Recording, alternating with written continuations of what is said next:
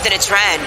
Yeah. We're forever a part of the culture. HBCU Pulse always has you on lock. From the shade room to your favorite news feed, and now on your TV and radio. We are the #1 outlet for HBCU culture. Follow HBCU Pulse on social media and visit hbcupulse.com to stay up to date on what's going on in the HBCU community.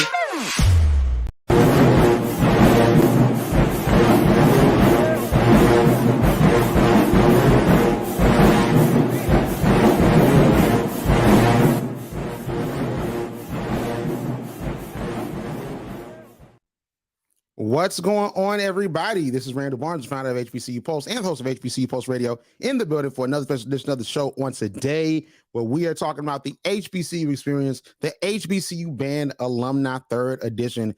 This time, this is the last edition of interviews for me because, listen, we can't do no more interviews after this because we got headliners, man. They got headliners, man. We got two familiar faces.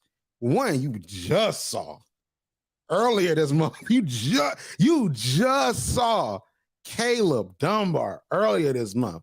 Then Shonnie Murrell, you just saw her in May. They were in the previous editions of the book, repping their schools, Southern and Grambling. That was back in May for Grambling, and then Southern, that was July and August. So listen, you're going to see some very familiar faces. We're going to have some very different conversations, though, because we're talking specifically about bands. So I'm super excited to go on and pop this off. Let's go on and bring Mr. Caleb Dunbar on, Southern University alumnus, but most importantly, he is an alumnus of the Human Jukebox. And we all, they need no introduction. Human Jukebox, you know what's going on. So let's go on and bring Caleb on in the building. Human Jukebox. How you doing today, man? Hey, what's going on, man? It's nice to be back. I'm pretty good. Man, it feels like I saw you yesterday at this point. It wasn't yesterday, but hey, you know, once you meet somebody, hey, it's like family. So hey, that's a fact. But how's everything been, man, since last time we talked? Oh, it's been great, man. You know, been busy just trying to get this next book together. Out here still, you know, holding it down for Southern. Work is working. Work has been working. So everything's going great though. How about you? For sure. Man, I'm good, man. Just trying to make it happen just like you, man. I'm excited for the football season. You know, Southern got a football game on this weekend against Alabama State. So I got to ask you this, just to pop it off. It's football season now. So what type of heat is Southern coming with? Is Southern Alabama State, is it going to really be a battle? What's happening? You feel me? I mean, the way Southern University and the Human Jukebox work, everything is a battle. I mean, you know, we're going to come out on top. I mean, I'm just going to speak it how it is. We're going to come out on top as always. But the reality is, I mean, as being a former, you know, Human Jukebox member, we prepare for every game. I mean, it don't matter if it's a small band, big band, popular band, not so popular. Hey, we're going to get ready. And we just going to do what we do. Southern going to Southern. That's all I can say. Southern is going to Southern. Listen, that's very true. When I tell you, like, because I didn't talk about this in the last interview we did, Fort Valley, I might have, because I hope this is one of my top memories. Fort Valley played Southern in 2017.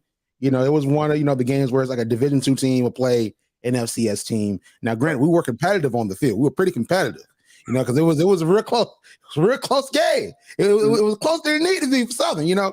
But like, we go there and, you know, I'm sitting right there by the Human Jukebox. When I tell you, like, you know, seeing it in person don't do it justice, man. Because, like, you know, like, you'll see it online, it's like it's one thing, but you see it in person and it's unreal. You hear it in person and it's unreal. So I gotta talk to you just specifically about your experience in the Human Jukebox. So we talked about your overall HBCU experience in the last book. And of course, your band experience intersects with that. But we got to start with this.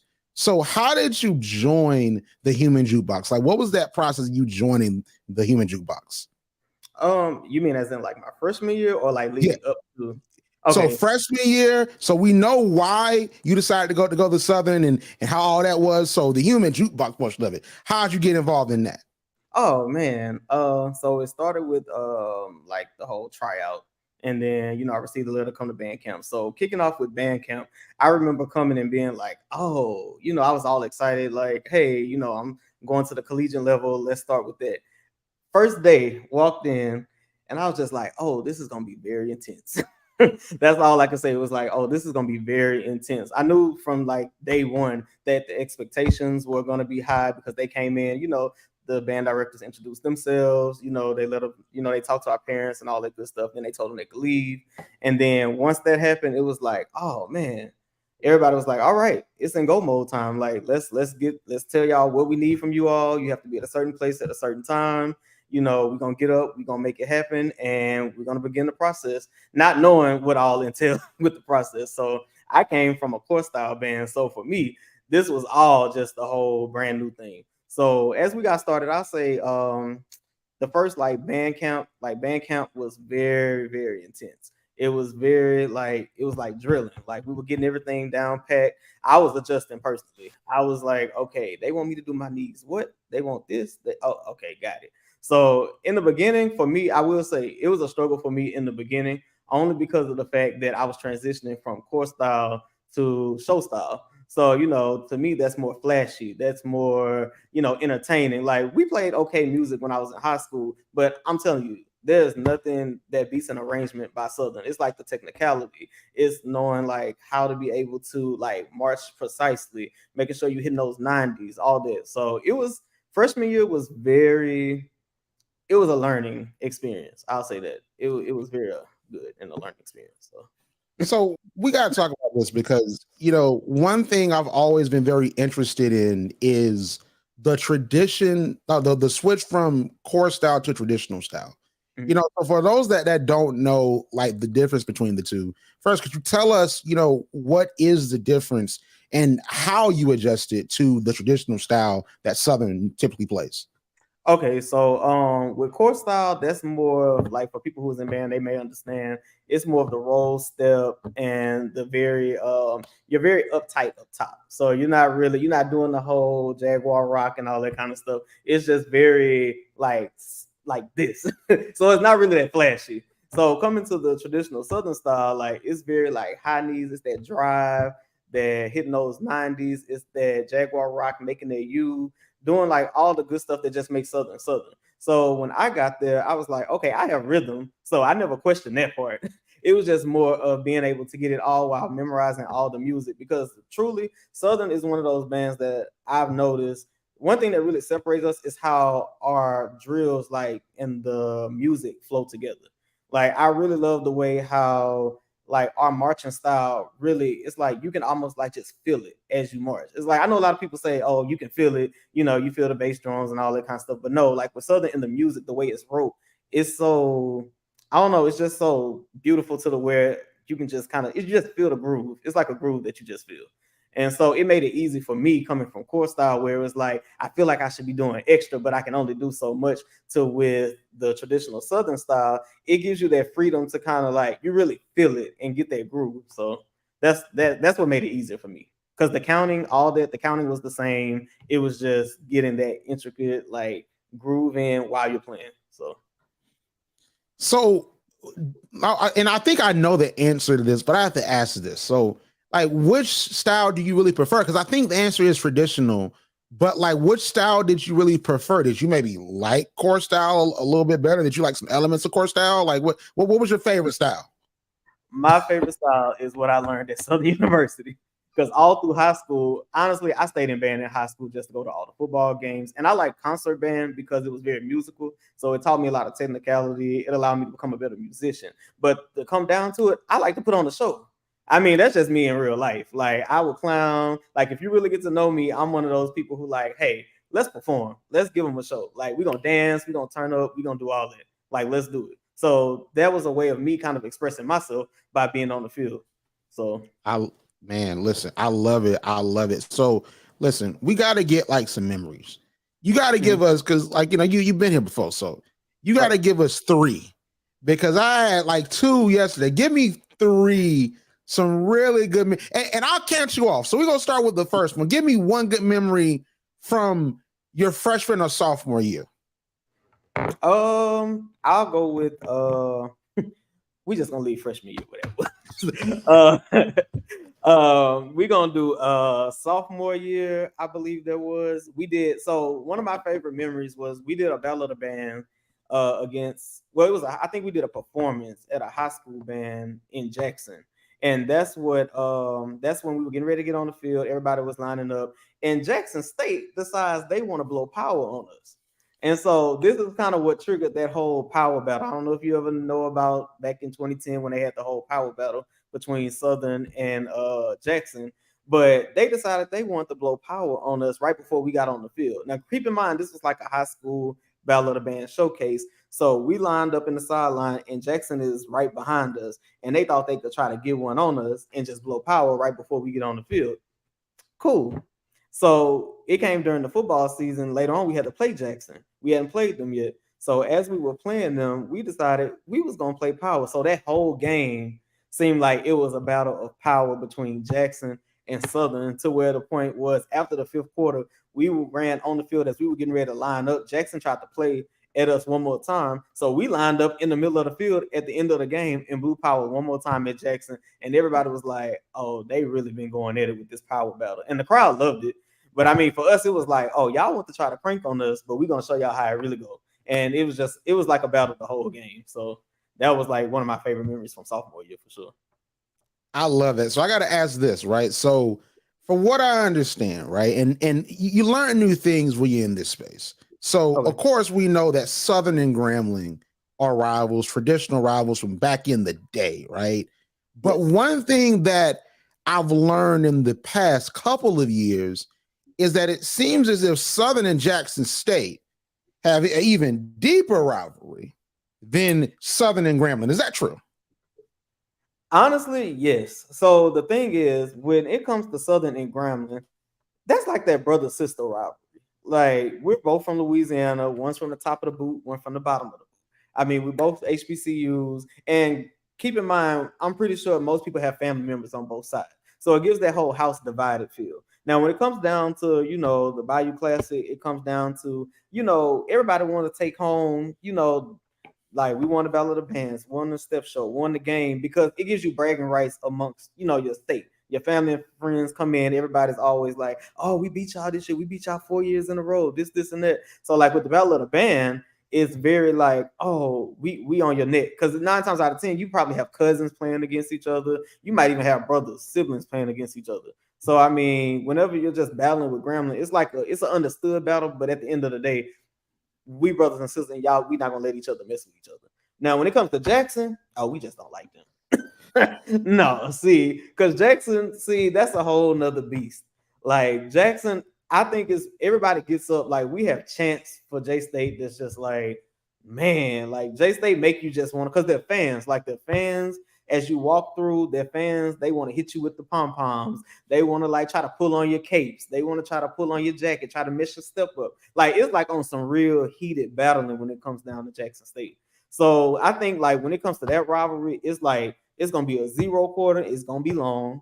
It's going to be you playing through the game. The halftime show, we going to throw jabs at each other. It wouldn't be a show without throwing jabs at each other. And then as you marching back in, the fans going to be back at it again. And then after the 0 quarter, of course, we going to blow them out every time. Because, I mean, Jackson try. They try. Now this is the Southern coming out of me. Jackson going to try.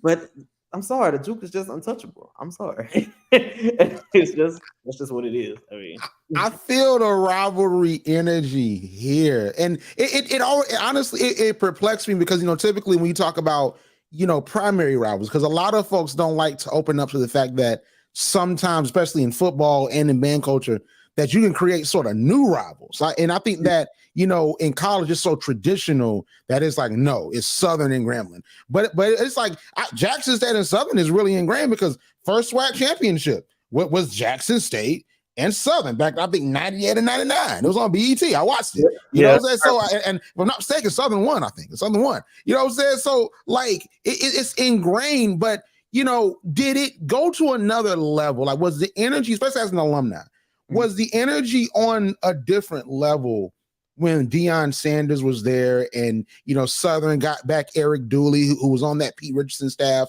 Like, did the energy last year and the year before that, did it go to another level?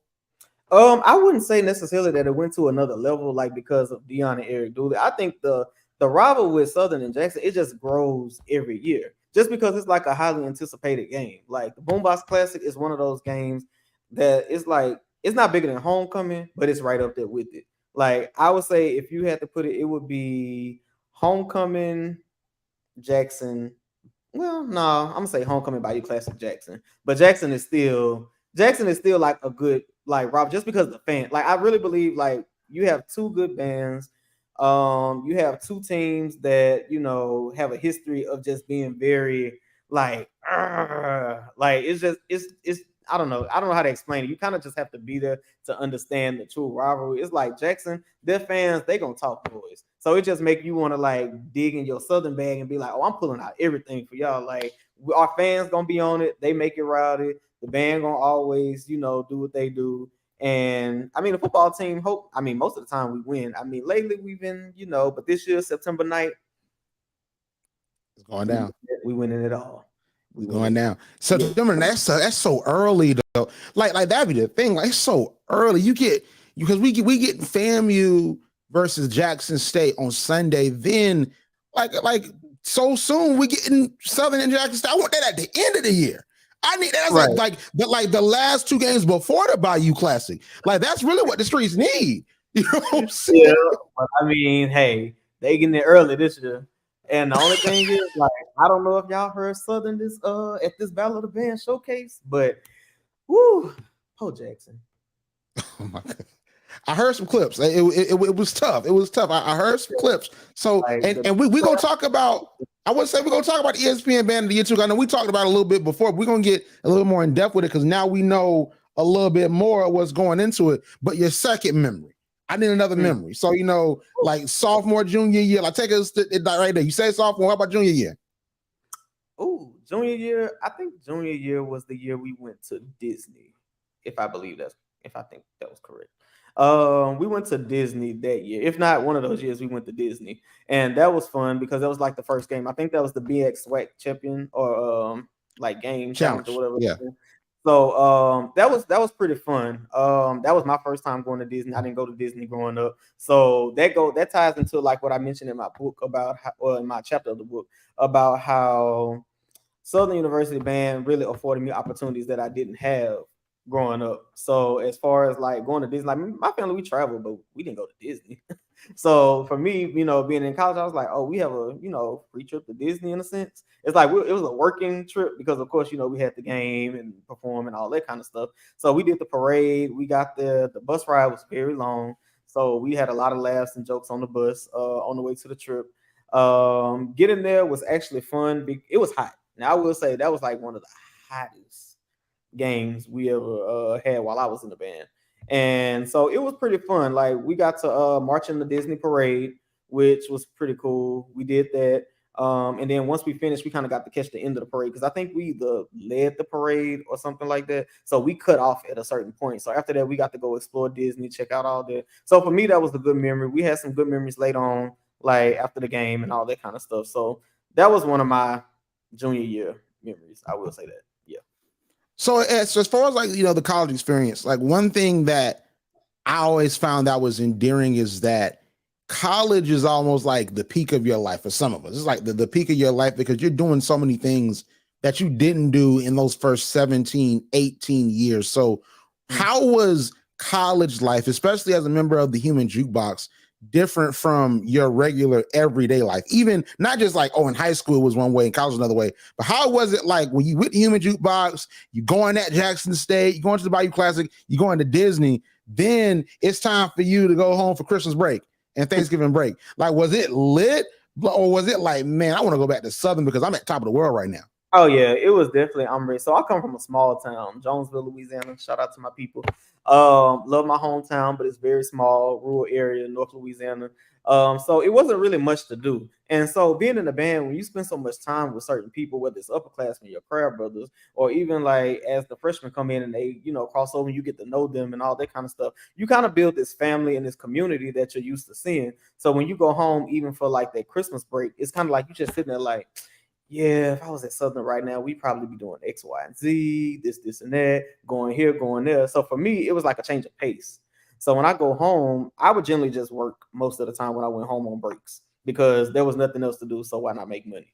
So I felt like when I go home, it's like I'm back to the responsibility of taking the trash out when my parents say so. I'm back to, just doing all that kind of stuff. So when you're at Southern, it's like, I don't know, it's like you create your own like world. You become your own person. You don't have to worry about all the extra stuff like that may be going on at home. It's like for in that moment, you're at Southern, you're here to do your, get your degree, march in the band, create new memories, try new things, have new experiences versus just your same old everyday day-to-day life that you would have at home. I So feel it. yeah, it was a difference. And I definitely prefer being at Southern all 4 years. They would be like, "Oh, you coming home?" No. Mm-mm. Nope. In the fall, don't look for me. In the spring, yeah, when I have to. Yeah. Dang, they never saw you. No, Like you came like you came back and they like, who are you? Like, oh, oh, Caleb. Like, yeah. Caleb, what's all that? So like, man, that is crazy. But I identify with that because that's what HBCUs often are. It's like because college in general, like it has that effective. That's one of the best years of my life, the 4 best years of my life. But HBCUs, it's a different feel because you're around your people, and it's like some different divergent experiences that you don't get.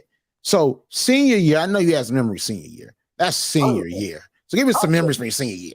Senior year was great. It was actually a lot of stuff. Like senior year, I just remember. So one of my favorite things was outside of like just like band season was like doing the Mardi Gras parades and stuff like that.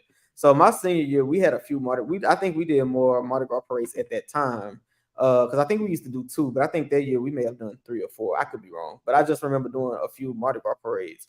And I just remember being like thinking like, oh man, these are our last like moments like in the band, because once football season is over, it's generally like, oh, things are winding down. Some people may do like brass choir and the wind ensemble and all that kind of stuff. But for the most part, like as far as marching band was concerned, that was pretty much over after football season. So when we get to the parades, it's like, oh, we get to have like another marching moment playing like those good up tempo songs, like drilling down Canal Street and all that kind of stuff. So I remember we were marching down one of the streets. I don't remember what it was. And like there's always beads that's on the ground. So I just remember I kept slipping on all the beads that were on the ground. So they would try to clear them out because of course, like I don't remember if our dancers was there, but they definitely cleared out like so that we wouldn't trip on them. But there was like a big stack of beads, which not too many people really saw it. But I just remember marching and all I saw was like this group of beads that I tried to step over and it still caught my boot and I almost hit the ground so bad, but somebody grabbed me by my cape and I was good to go. So that was kind of funny. I was just like, it would be me at the end of the end about to bust my tail in the middle of a Mardi Gras parade. So I mean, that was like a funny memory that I don't tell too many people. So if y'all hear this, just forget it. Don't act like y'all heard that. Hey, listen, we got the exclusive though. That you gave us that exclusive. You know what I mean? So listen, like we rocking with it regardless. So let me ask this about senior year. So senior year is the culmination of all of the efforts of your academic career. Whereas like you gotta work to get there. But the thing about it is with you is that you were in the human jukebox, and that's almost like a job within itself. So I don't know if we talked about this the last time we spoke, but how did you balance, school life, band, and social life? Having the right people around me. I will say that. So me and my choir brothers, shout out to Jerron and Fred and Diggs and Bobby, all them at the time. We all like stayed close to each other. So as far as like me and Jerron were actually how do you put it? Like we're best friends, but we also took the same classes. Like we scheduled all our classes together, like on purpose. Like since we were in the same major, we was like, oh, you taking this, teacher? I'm gonna do this, I'm gonna do that. So we would sit down at the beginning of each semester, map out our classes, and we would take them together. And we basically it was a combined effort. It was like he was way smarter than me, truth be told. So we worked like as a team to be like, hey, like we got to make sure we get these lessons. We got to make sure that we get good grades on everything, and we kind of just like plan. So we were also social. So we kind of were like on the same schedule. So it was kind of like having like a study buddy like the whole time. It was like, all right, bro, we gonna study, we gonna do this, we gonna turn up on this day. We kind of created a schedule like Monday through Friday. Whenever it's like a home game, we can study, do homework, go to practice, this and this. But after the game, we're gonna go here. Sunday, we can go do this, we can do that. It was like we just had to get a schedule that worked for us. And a lot of times it was like, well, if I didn't go to class like one day and he went, I could get the notes and all that kind of thing. So teamwork. I mean, that's all I can say. Like teamwork really made it, and like having people who were focused on actually graduating. So I tell people that like even when my brother was at Southern, I would tell him like get surrounded around people who are actually trying to handle business, because you know as well as I know, some people are just there strictly for band, some people are there strictly for school, and when you intertwine the two, they can't really handle, if that makes sense. So you have to find people with the same mindset of you as, okay, I want to do band and I also want to graduate. I don't want to just be the person who came and did band and not graduate. So we made up in our minds freshman, well, sophomore year really, because that's when we found out that we were like in the same major, that we would commit to, we held each other accountable, like having that accountability partner and stuff like that. So that's what helped me get through Southern, honestly. Having an accountability partner, staying focused, having a balance of knowing that yes, band is what you do, but that's not the only reason why you're here. I love that. And see, you said something super duper key is that when it comes to some of these folks, they come to school, especially in HBCU, they just want to be a part of the band. They just want to go to the party. They just want to be Greek. It's a bunch of just and not like I want to be both sometimes. Right. You know what I'm saying? So that's a different sector of discipline, and that's a whole different interview. So we're not gonna get too deep into that because I know a few people that was like that. I'm not gonna hold you, especially the Greek side, but that's a whole different story. But like, let's talk about the ESPN Band of the Year competition. So we broached it a little bit in your first interview, but we know a little bit more now. We know it's Division I, Division II. We know that Tennessee State, Hampton, North Carolina A&T, they can be a part of it. And for Division II, Talladega can be a part of it. We know that there's going to be some money that's going to be coming to the bands. We don't know how much, at the very least, as of the article I wrote. We don't know how much money is going to be coming, but we know money is coming. We also know this ain't a showcase. This is a competition. So I want to just ask you just your full thoughts. Like, now that we know more information and the first week of the football season and the band season is really starting on this weekend, it's already been some stuff going on with the Battle of the Bands and exhibitions. What do you think about this competition? I mean, honestly, I have a few thoughts about it. Like, I think it's cool. I mean, it gives, it keeps everybody on that competitive edge, and it makes people want to, make sure that they're continually putting their best, shows out and best songs in the stands and all that kind of stuff. I mean, Southern, how I feel about that. So we gonna do what we do, and that's gonna be that. Now, the only thing is, my concern is, I guess I don't really know I guess you could say who's over the whole Battle of the Band. Like, are these musical people? Like, that's my thing. Like, are these people who, or is it just like they're just a spectator saying, oh, this is this is that, that kind of thing? Well, so from what I understand, there is someone that's over the scoring that is, I believe, from FAMU, and they were in the Marching 100. So they're like from like band culture.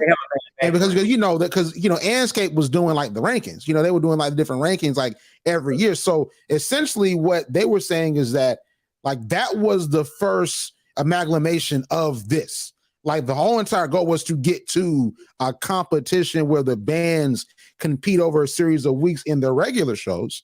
And then from there, they're going to go to this championship type of feel during celebration weekend. That's what they said it was. But, it's actual band people, from what I understand. But the thing that a lot of people were saying, I'd love to get your opinion on this, because I feel like, of course, Southern got to worry about this. But for some folks, it's like they're not going to fly people out to each game. It's going to really be based on what the school puts out. So, for example, with Human Jukebox, y'all got a bunch of videographers. Y'all got a YouTube. Y'all got a real nice setup. Like, y'all got the halftime show. Yeah, y'all got the whole entire thing going. But there are some schools that might have a really good band, but they don't have that videographer that's consistently putting out content. So, like, what do you think about that aspect of it? When it comes to that, I mean, time to get your media game up, I guess. Because I mean, the thing is, let's be honest, we are in a media driven, in a very, technology world where it's like, you need to have, like, why wouldn't you want your band to be covered in the best production possible? I mean, I know at least at Southern, we've been doing that for a while now. So, I mean, the blueprint has been there. So, I mean, Now, Southern is going to be Southern as far as the quality is there, whether you have a cell phone or whether you have a, HD, Uh, 4K, yeah, Canton, 5K, yeah. or mirrorless camera or anything like that. I mean, the quality to me personally is there. And I'm not just saying it just because it's Southern. I mean, I'm just saying like the quality is there. But it's also like I think other bands should also do the same just because you want to showcase, just as an HBCU in general.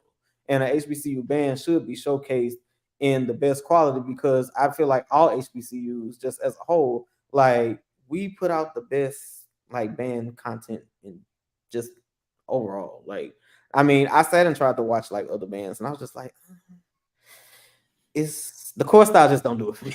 Like, that whole thing. So I was like, to see how HBCUs are very like show style, like we play popular tunes, we create like field shows that are themed to the point of like all the different things that we come up with. So I just feel like that it should always be captured. So as far as like for the like your question, as far as like the whole how does that affect them? I mean, maybe this will just cause them to actually step it up if this is something that they truly, want to consider. I mean, if you want to make sure that your band is highlighted correctly, to make sure that your band is in the competition for real to run, I mean, you want to have the right stuff. I mean, I really don't know how to word it correctly. I just feel like you should have the media team too. Maybe I'm just spoiled because of Southern media, but I mean, I just feel like you should have that by now, at minimum. Now I feel that. I think that there's a standard, when it comes to it, because it is the social media age. And now, like, you can put your own stuff out. You can make your own YouTube channel. You can do your own podcast. You can do different things to promote the band in your own way, where it's not just siloed into, hey, ESPN is coming and they might show the halftime show on ESPN Plus. Right. You know what I'm saying? Right. Or NBC, it's the Bayou Classic. We're going to finally see the halftime show at the Bayou Classic. It's not that anymore. It's that plus YouTube. That plus, the videos. Yeah. Right. Just like so I think that you have to tell our stories, they have to tell your band, like, show what you have to offer. Like that helps with recruitment and everything, not just for the competition, just as a whole. Exactly. So I got to ask you this, because we're going to get to your chapter of the book, The HBCU Experience, the HBCU Band Alumni 3rd edition. Mm-hmm. But you got to let me know, man, because I've asked this past 2 weeks, and some folks are giving me some answers, but I've gotten very political answers about who's going to make it, because we know you think Southern going to make it, and Southern might make it for real.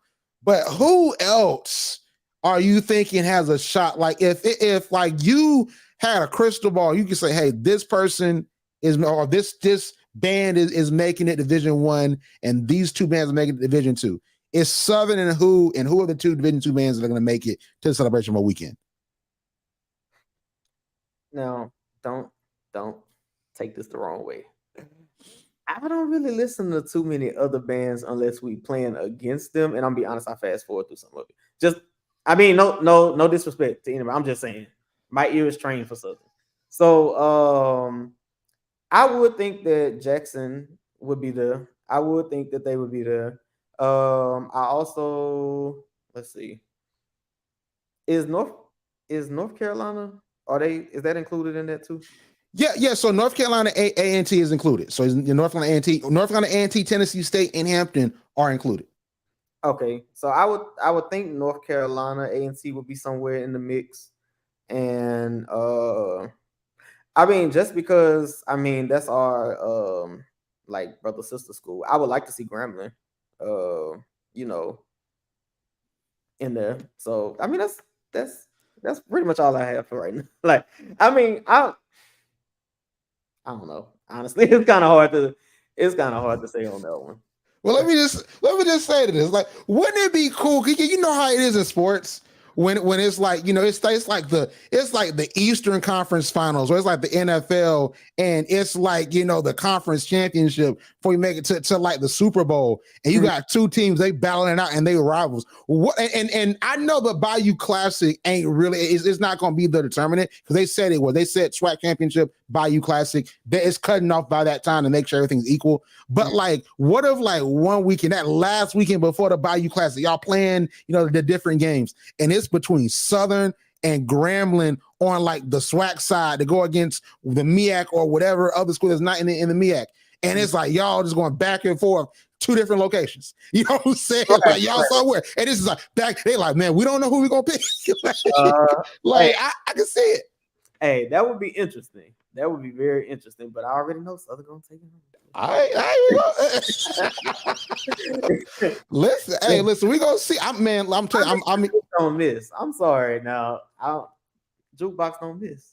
all right, we gonna see. We gonna see. But I'm super excited for it, man. But I'm also excited about your chapter in the book, the HBC experience, the HBC Band Alumni 3rd edition. You and all the books, man. So it's like you talking about something different in this book that you weren't talking about a few weeks ago. So what you talking about in this edition of the book? This one is pretty much still generally telling my story of how I came to even trying out for Southern, like how Southern helped me. Well, not Southern, but came to the jukebox, which is Southern. But it talks about how I came to the jukebox, and it also talks about like all the different lessons that I learned while being in the band, just because we had such influential people like the Mr. Hamer, Dr. J, Mr. Knighton, and because Mr. Knighton was always gonna drop that. He was gonna drop a joke, but he was gonna drop that fire on to let you know, like, hey, you need to tighten up. And then, you had a Mr. Hamers who is, he was closer to us in age, so he was very relatable as far as when it came to, you could come to him about a lot of stuff. Dr. J was kind of like your grandpa. He was like, like, hey, I need to run this by you. He would, when he got on the pen, man, he would write some stuff like the whole whiskey that everybody's still saying now. That was Mr. J doing. He started all that out. So, it's just stuff like that. So I talk about that.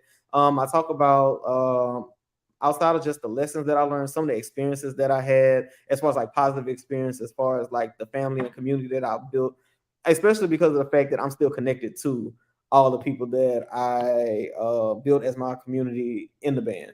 So like my best friends are people who are still in the band. Like we still talk daily, weekly. We go to each other's weddings and baby showers and all that kind of stuff like that. So it's like those were people that I met that I'm able to do life with, as we call it. It's like you get to grow and do life with. So it just kind of wants to let people know that the community that you build in band does truly matter, because it doesn't stop after your 4 years or 5 if you do that. It doesn't stop after college. Pretty much like in your next stages of life, you will continue to find that, the community that you build through the band really does help you in life. Like those are people that become like your supporters. Those are people that become low key like your prayer people, like people who like lift you up, like if you're having a rough moment and you can trust and confide in those people. These are like people that you learn those growing lessons as you are transitioning from being a young, boy to like a man. Because like in the band program, you grow. I mean, not just like musically, you grow like as a man or woman, So it was good to like express that part in my chapter and all that. I love it. I love it. So listen, we excited to read it. The HBC Experience, HBC Band Alumni, 3rd edition. We come in with it. We already read the chapter, the last book, Southern book. Now we're gonna read this chapter, and we're gonna get more into that human jukebox experience, because you ain't hearing nothing else but human jukebox, man. That's some dedication. You said we ain't worried about nothing else but human jukebox. So we got to see what's going on with that experience and what made that experience and what made that passion for an institution, man. So before you go, Caleb, people already know where to find you because you were just here. But if they forgot in the past couple of weeks, so everyone they can find you on social media. All right. You can find me on my personal page on Instagram. It's Caleb Tyrell. That's CalebTyrell. If you want to follow my business page, since I do photography also, you can search Caleb T. Dunbar Photography. That'll be on there. If you want to find me on Facebook, it's just Caleb Dunbar. Same thing with my business. I love it. I love it. Get into the bag. Photography, get into the bag. That's what we got to do. That's how we do it. That's how we do it. Hey, man, it's how you do it. But listen, Caleb, I really appreciate you coming on, man. Like I said last time, like I said this time, cannot wait to read the chapter. I really appreciate you for coming on once again. No problem. Thank you for having me, and keep doing what you're doing, because we enjoy all the content that you put out. Thank you, man. Thank you. I appreciate you. All right. Have a good one. You too. All right. We're going to keep this thing going. So let me say this, all right, with this next interview with Shonnie Murrell, okay? Entertainer, reality TV star. So, in basketball, you have a 7-game series, a 4 to 7 game series. And oftentimes game 1 is like the feel out game. Okay, well, you're trying to fill out like what to do, what strategies to run, all those different things. The first interview back in May was my fill out game because I wasn't fully aware of Season of the Tiger. I tried to find it. I could not find it for a little bit. Saw it was on YouTube. I don't know if it's supposed to be on YouTube, but it's on there. And I went to watch it, and I'm like, you know what? I'm starting to connect the dots, and I understand some things. So now you're getting game 2, Randall, where I'm ready for this conversation. So we're gonna bring Shonnie Murrell up. Shonnie Murrell, how you doing today? Hey, how are you? Oh my God, good to see you again. Good to see you again. I'm prepared this time. I am prepared. Ready? You ready? Yes, because I finally got a chance to watch Season of the Tiger. And I want to just say, first and foremost, I don't see no type of thing, oh, you were mean. I don't see that. That girl out there, I think she was a freshman. You were getting her together. You were getting her ready to be in this band world. I didn't see it. Man, let me tell you, they sugarcoated me. Everybody had to have a story. So that was my story. The struggling, quote, quote, female master drill sergeant. And it was very interesting when I went and seeing it. And still to this day, I can look at it a little bit, but I have to turn it off. I'll be like, man, please. Okay. So like everybody, it was a lot of stuff going on back then. Hey, listen, we're gonna get into, like I said, like I told you, I gotta let you know, I'm ready. I'm ready. I'm ready. Hey, listen, you two the plug sometimes, I was watching it. I'm like, why is this still on YouTube? This is definitely copyrighted content, but whatever. You know what I'm saying? Yeah, I have no idea. People it's so crazy because people send me clips a lot. Or they'll tag me on Facebook, on Instagram. And I'm just like, man, this is crazy, man. This is okay. Let's go. Where's the money at? That's what I want to know. That's true. That is true, because when it's on YouTube, the money goes to sometimes the other folks when they have ads on it and nobody use. So I get it. It's all good though. Yeah, that's true, and it's good because I got a chance to watch it. Because if it was a money situation, I'm telling you, like this version, Season of the Tiger, wouldn't see the light of daylight like how Season 1 of Southern and Langston and College Hill didn't. It'd be locked in that same vault. Absolutely. Yeah, College Hill back then. I think we were like before our time though. Just even with College Hill and all that being out, we were definitely before our time. Yeah, we were the first to do it though, for sure. For sure. So let's start with this. So we know why you chose Grambling, because you talked about it in the last interview. Mm-hmm. We know about the experience in the world fame, but I want to really just hop to you getting on the show. We talked about a little bit, and then get into the filming of the show. We know about the reception. We know the show plugged you in. Show plugged you in, but we got to plug you in. We got to get to the inception of it, because that's such a unique experience. So how did you find out about Season of the Tiger? I saw the producers walking around and like all the executives, and I never, like, you can audition to be a part of it, but I never auditioned. So it was like basically I was chosen. They was like, who is this chick right here running around, talking loud and fussing and making people run, doing all these things. And I was approached by one of the producers, and he was like, hey, look, I think you would be great for this show. And I was so against it. I was like, nah, I'm good.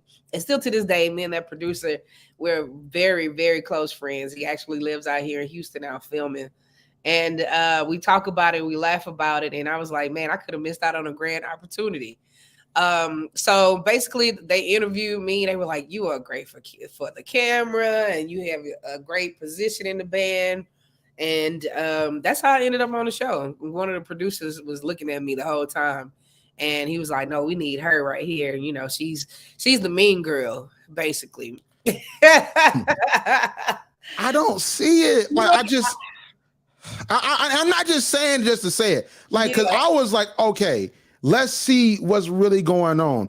But then I'll look and I see you really mentoring this freshman, and she sort of wasn't.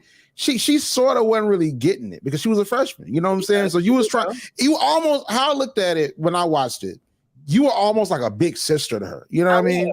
Absolutely. And to a lot of people, like, you know, unless you made me mad. Now that was a different personality for sure. But other than that, I didn't I didn't go too hard on anyone. I would say, you know, some people say that I did, but I don't feel like I did. But at the end of the day, I was like that big sister figure in the band for a lot of different people. And Eva, still to this day too, she would say, you know, man, thank you, Shonnie, for everything. And you know, we hadn't talked in a long time, but when I do see her like on social media and things, she's doing well. And Mansell and me and Bruce, we talk quite often. The quarterback, Blue, he's doing his thing in Louisiana. Dr. Edwin Thomas, we talk just about every other day. I call him the GOAT. So, and he's basically my mentor, you know, like a father figure to me. So, and now my little brother is in the band. I dropped him off a few weeks ago. So I'm just like, oh my God, like this is, you know, mind blowing. So he's a freshman and he's on trombone. He's in the trombone section. He actually made the front line and he's playing first. So I'm super proud of him too. You know, of course I had to get him ready before going down there. So they have their first game this weekend in New Jersey. Oh yeah. So I told him, I said, hey, y'all got to do what y'all got to do. You know, you'll never forget your first game. For sure. And I got to ask this, like, you know, like TV star, you doing all these big things around the world. So I got to ask you this. So when you walked on campus, you helping them move in. Were they like, it's Shonnie Murrell from Season of the Tiger? Were they like that? Yep. Everywhere I went. On campus, you know, the cameras following me all day. And sometimes I used to forget that the microphone was on, you know. And so if I be talking to somebody, you know, and pulling them to the side or chastising them in some type of way, I forget. But a lot of times that's what I would get. You're the reason why we are here. We wanted to come. We can't wait for homecoming. Are the cameras gonna be here? Like it was crazy. Even like going to New York to be on 106 and Park. I'm in Chinatown. My dad and my uncle, my family is split. So it's Grambling and Southern. You know, so Bayou Classic, you know, we talking a lot of noise to each other. So that's when my dad and my uncle, they stayed doing that because my uncle went to Southern. But we're in Chinatown in New York, and you know, I'm walking around by myself, you know, Chinatown, nobody, you know, gonna mess with me or anything like that. Man, those people saying, Shonnie. Like, no lie, mind blowing. So my uncle, my dad, they come and grab me from the back of my shirt and lift me up and taking me out of the store in Chinatown. Like crazy stuff in the airports. Like, you know, it's amazing though. It was truly a great experience. That's the power in media that I'm really so intrigued in, because, you know, like we had, you know, the College Hill book, you know, that came out like directly. It was so crazy, directly after the Grambling book. And, you know, talking to them, because I'm like, when College Hill was out, I told them this verbatim. Like, I was like a little kid. I was watching like Teen Titans. Right. You know, I had just grew out of Power Rangers. I just grew out. I was watching 106 and Park a little bit, but not every day. Not every day. You know what I'm saying? So it's like, you know, I wouldn't really watch College Hill unless I would channel surf and I would see it. I would just happen to catch it at the right time. So at the original run, I didn't see Season of the Tiger. And, you know, one of the things that I saw is when Reggie Hutland took over, you know, College Hill seasons 1 and really season 2, it was a thing of, oh, this is negative. This is a bad depiction of college life, all these different things. So when Reggie came in, like Virginia State, that Virginia State show was so different because it was more reflective of the college experience. And then when I'm researching about Season of the Tiger, they were like, yeah, so Virginia State a little bit different from the other ones, but then there's another show about HBC bands called Season of the Tiger that's more so a docuseries, and that's positive. So, you know, just in general, so being a part of, you know, the project, like, and them following you around and, you know, being in the band practices and filming you, like, did you have a sense that they were trying to create a story for you, or they were sort of piecing together what was already there? They were piecing together what was already there. You know what? I would say both, because we tried to go one route, but they were like, nah, that's not it. So they went the band route and then like intertwined just like basically me being a struggling artist and leader, basically. And I have been a leader all my life. You know, it's natural. I'm a firstborn child, and my dad, military, Marines, and all these different things. So when they came up with the storyline, I was just like, "What?" I said, "Oh, y'all trying to make me look weak?" So you know, I thought about. I was upset, but my band director, Dr. Pinnell, he had to explain to me about entertainment and how things work, and you know, television and different things to make sure your ratings are up. And so now I understand it because I look at things like, you know, Love and Hip Hop and all these different reality shows. I'm just like, so I know you don't like her, and y'all don't like each other, so I'm gonna put y'all in the same room at the same time, and then I know what's gonna happen. You're gonna fight. So it's like, you know what's gonna happen. But with mine, it was already there, but they took like bits and pieces of another story and implemented it all to make this, this character. So when I talked to the cast of College Hill, and we really got into the intricacies of how they filmed College Hill, essentially it was they were recording everywhere you went. You said a little variation of it too. Everywhere you went, in the shower, in while you about to go to sleep, talking on the phone. Sometimes they had to sneak away just to talk on the phone. They couldn't even go to the store without it being signed off on. That was what, especially the Virgin Islands crew. That's what they really were telling me. So was it the same thing for you, or was it different? It was kind of sort of the same in an instant, not in the shower though. I didn't play that, but because I will act up at some point. But I remember this scene where they wanted Eva and I to battle, right? And that doesn't happen in our band. It's not a drum. They were trying to basically portray it as drumline, but you have two females and they get ready to have this big battle. Man, I remember going hiding in my grandmother's expedition. I was driving it on campus, and I told Eva, I said, "Hey, you got to get away as soon as band practice is over with. Take off and run." And man, those producers were running after her. They were trying to come find me. They found me in the truck. I was in the bed of the truck, laying under some stuff. I'm like, "Oh my God, I do not want to do this scene." So it's they tell the truth. They are definitely telling the truth. They will run after you because you just signed the paperwork and you got to film it. So that's how you saw this.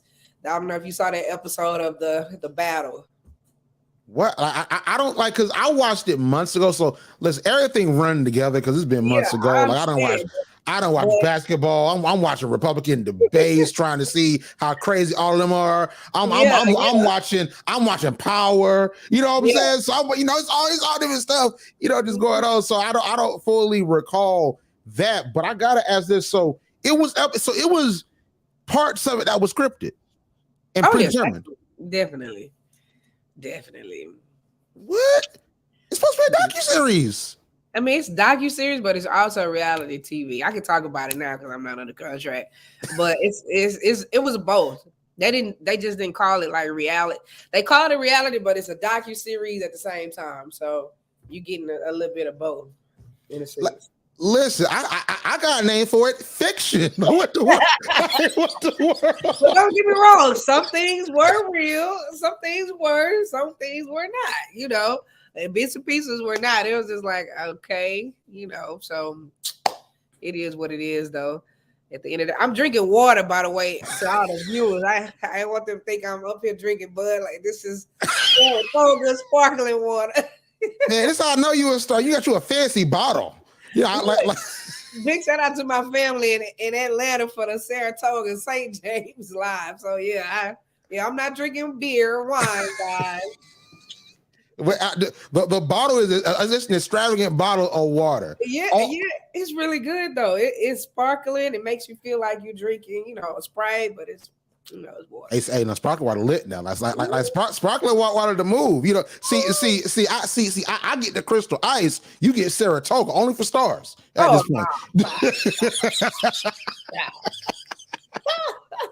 Only for stars. But so the impact of media. So I was reading about Angel Reese. So Angel Reese, she down at LSU. won that national championship, did the "You Can't See Me" Cameron John Cena, move, and it blew up. She became a viral sensation, a star, and she really can play basketball.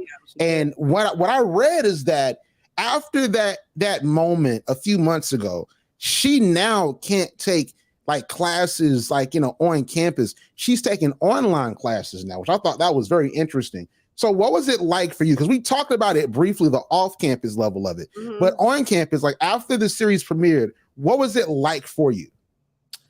A lot of people wanted to take pictures. They wanted to hang around. They wanted to get autographs. It was an experience. I stayed off campus, but I was even getting mail, they said, from like prisoners, people in prison. So that was kind of like, okay. So, it was exciting, but it was interesting. It was a little bit mix of both. And it was interesting and very exciting, And they like, hey, that's Shonnie. You can see people looking at you and whispering and pointing and, afraid to approach you. I think I'm very approachable, So it was great. It was great for what it was, for sure. And what it still is. I definitely see it still is. Like what you like, look at your bio. I bet it still is great. So you got some folks, they be on reality TV and then they're going to work in an office building. The world is your office at this point. I appreciate it. But, I'm like a real life Sister Mary Clarence around here.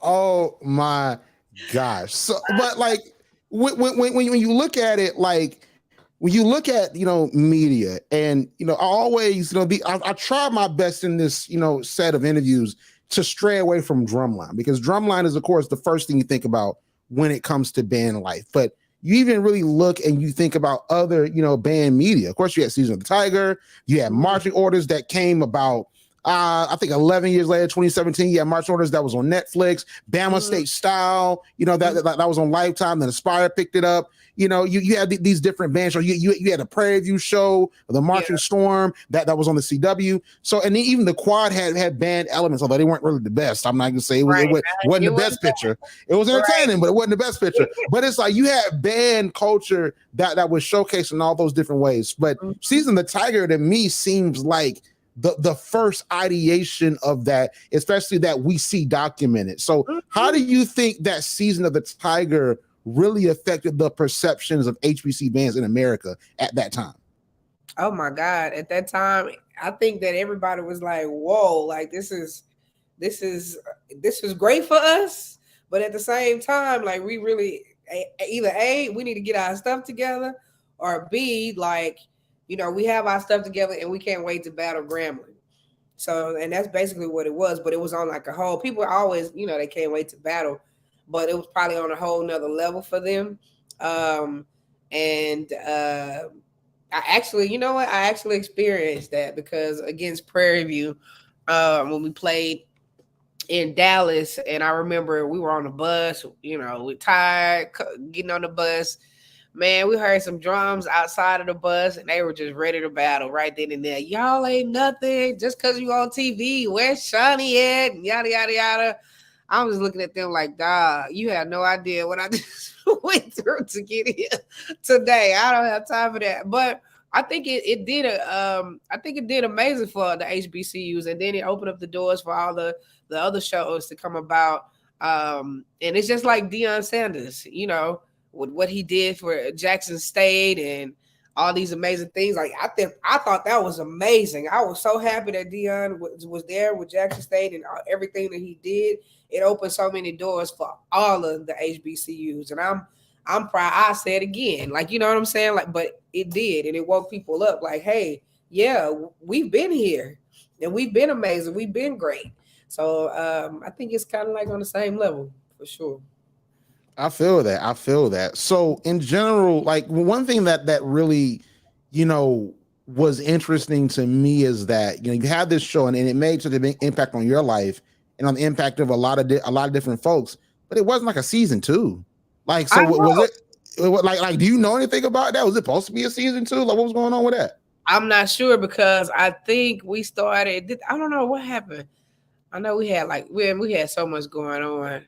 It should have been a season 2, and I think that they should definitely bring it back. I need to resurface that with Jarris when I talk to him. But I think that it should have been a season 2 because so people can see the growth of everyone. Mansell getting back in the band and Bruce going to the NFL, and I'm out here performing and opening up concerts for all these mega stars, Lil Wayne and everybody. Eva doing her thing, and Blue doing his. So I think it definitely should have been a season 2.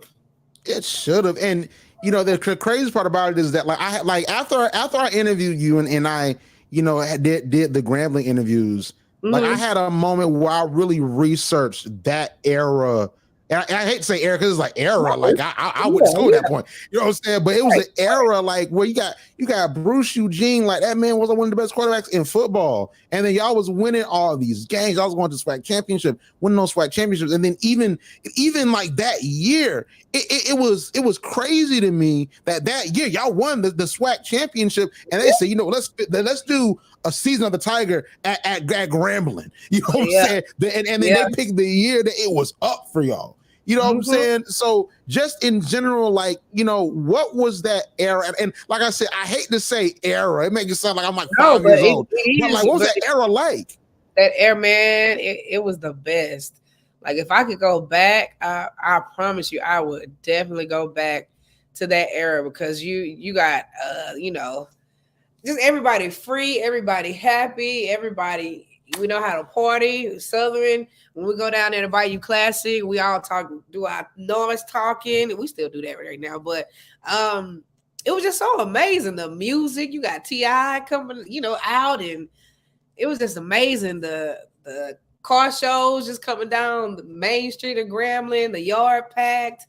Like, the band is amazing. Like, we coming in killing everybody. I'm just go ahead and say it. We did. We murdered everybody. All 4 of my years at Grambling. I don't care what nobody says. Like, it was beastly. Football team winning.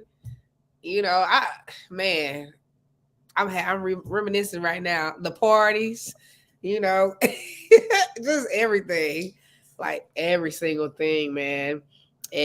But if I should have, like, I could have done like a few things differently, but I take that back. I wouldn't change nothing. I wouldn't change anything. I was going to ask you what would you have done differently, but you took it back. I wouldn't have done anything differently. Everything that happened was supposed to happen. Like, the great and the good and the bad. And I didn't have too much bad, but it's except for a little haters every now and then. But you got to have a little hate going on. Man, I'm talking about blogs and everything. Like, this girl here mean and I'm over there. I'm commenting on it because it was a lot. They was on MySpace with it, talking crazy. They was on MySpace with it. They were on BET.com. They were on MySpace. I'm sitting up here texting, typing. I'm like, hey, like, dang, man, you see me like that? They like, this is not Shonnie. You are not Shonnie. Like, I'm catfishing them. It was so funny.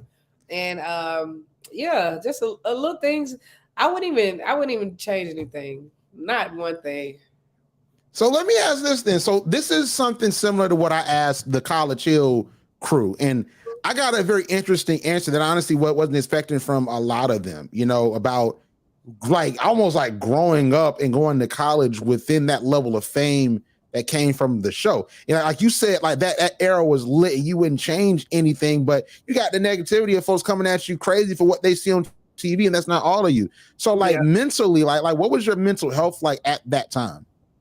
My mental health was like I had to stay grounded because of the family that I come from. And I know that I'm standing on the shoulders of, the bands before me. And I had to definitely and always continuously carry myself as a woman of integrity. So I would have one-on-ones with my band directors if anything was bothering me. And I'll never forget talking to Mr. Spencer. He was one of our band directors. He was just like, you're a woman of integrity. Like, you know who you are, you know whose you are, you know what you want. You can't listen to, all the negativity coming from anywhere, because it was coming from everywhere now, not just the blogs. I could hear, different ones. And I'm just like, man, look, I'm here. I'm doing what I need to do. I'm on my instrument. I'm drilling the band. I can read music. I can do what I needed to do, I'm performing out here. So it was just a lot, but that comes with the territory. So my mental was really good back then. No, nothing could break me. Just like now, nothing could break me mentally, physically, nothing. Hey, listen, look, we need to hear that, because a lot of folks like really need that level of confidence in that. Hey, like, we're not gonna let no one get to us like that. You know what I'm saying? So like, that's what was needed. That's needed. Yeah, absolutely. So like, I really thank God for the HBCU bands, because like the young man was saying, Caleb was saying, it really teaches you how to grow up. You become this adult while you're in the band. That's why I'm super excited for my brother, because he's the baby in the family. So I'm just like, yeah, he's gonna be real grown very soon. And I went down there. I had a conversation with all the student leaders. Just let them know, hey, yeah, he's here, but do what you need to do. And he's gonna be very grown soon. So it makes you very mature, and it teaches you about the real world, what's to come, and it prepares you mentally, physically. Even still to this day, I wake myself up at 4 a.m. So I'm up, I'm at it. So yeah. I was up at 4 a.m. Like today, it was for a totally different reason. I used to wake up 4 a.m. working, writing, but today I woke up to watch Team USA play Jordan, and I wasted my time. They blew them out like 50 points. I'm like, I could have went to sleep. I could have woke up at like 7 o'clock for that. You know what I'm saying? I was like, I woke up. Yeah, it was like 107 to like 64. Like, it was like a 40, 50 point game. And I'm like, real, like, I woke up for that, but I got some work done. I got a lot of work done today. Well, it was like, you was productive, so at least you got your work done. That it, like, I edited this nice little podcast, wrote me some articles. I could have stayed asleep. You know what I'm saying? Yeah, I get you a few. But let me ask you this. So, like, you've been on TV, you understand the impact of HBCU media, because that's what Season of the Tiger was. Mm-hmm. So you have ESPN and the Celebration Bowl collaborating, and they're doing this Band of the Year competition. And you heard a little bit of what my conversation with Caleb was about it. So, and just in your opinion, like, as someone that's been on TV, like, what are your thoughts on this competition? My thoughts on this competition, I feel some type of way about it, because I had some things going myself in reference to this. So it's extremely similar, but it's not at the same time. And I was actually working with some people from ESPN. So it's kind of like, okay.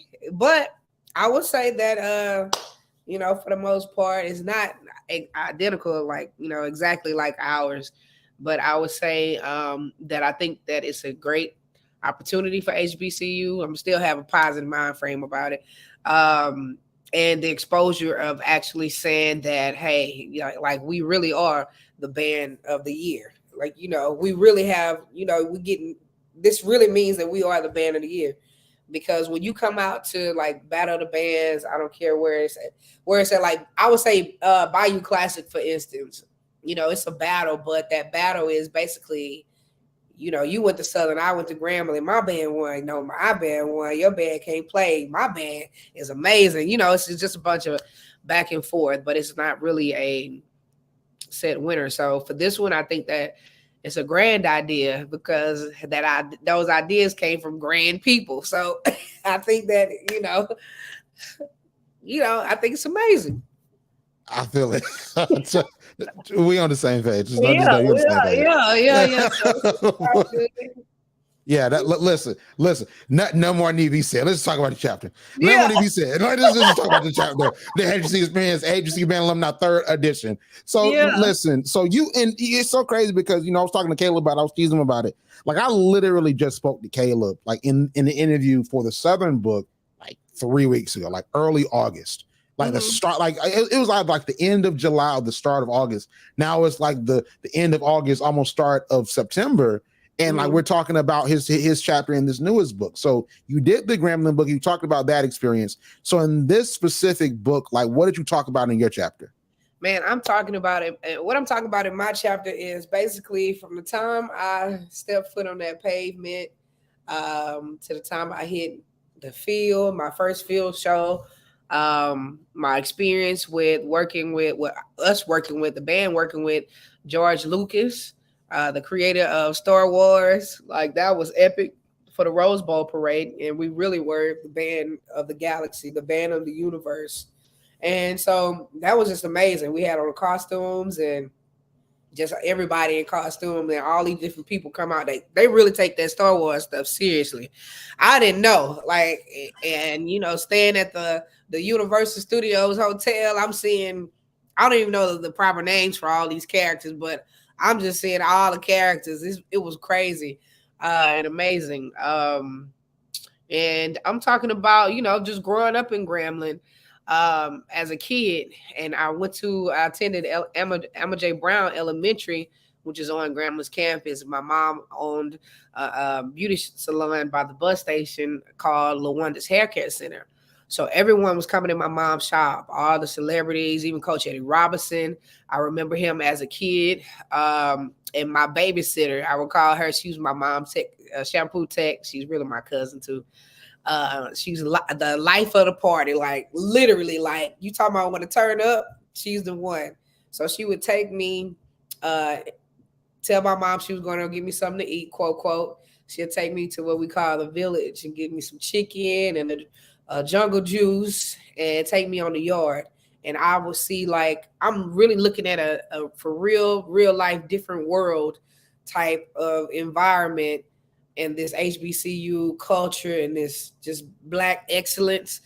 And I'm seeing the band, and I'm talking about all these different things in my chapter and how I knew as a kid that I wanted to be a part of the world fame. And it's going to be amazing. And listen, the first one was amazing. The first chapter was amazing. So we know this second one is gonna be dope because it's the sequel. You feel me? So it's like two book contributions in 2 years. Shonnie Murrell do that. Come on. Shout out to Dr. Little. She making it happen. She's definitely making it happen. And my sister Avery Thomas. So big shout out to them. Yes. So listen, I just want you see I was ready this time. You see that? You were definitely ready. I gotta give me 5 for that. Boom, we know with it. I watched it for real. I watched it for real, and I'm really gonna watch it back again because I gotta see that battle because I'm like I don't remember that battle. I gotta see that battle and see how that battle is there. It's there, Lord. I was like, oh my God. Hilarious. But listen, Shonnie, it was amazing speaking with you again. And just one more time, you already told us back in May, but it's been a few months now. So everyone, they can find you on social media. Oh, yeah. All my social media is at Shonnie Murrell. That's SHONNIE M as in Mary, URRELL. Shonnie Murrell on all my social media.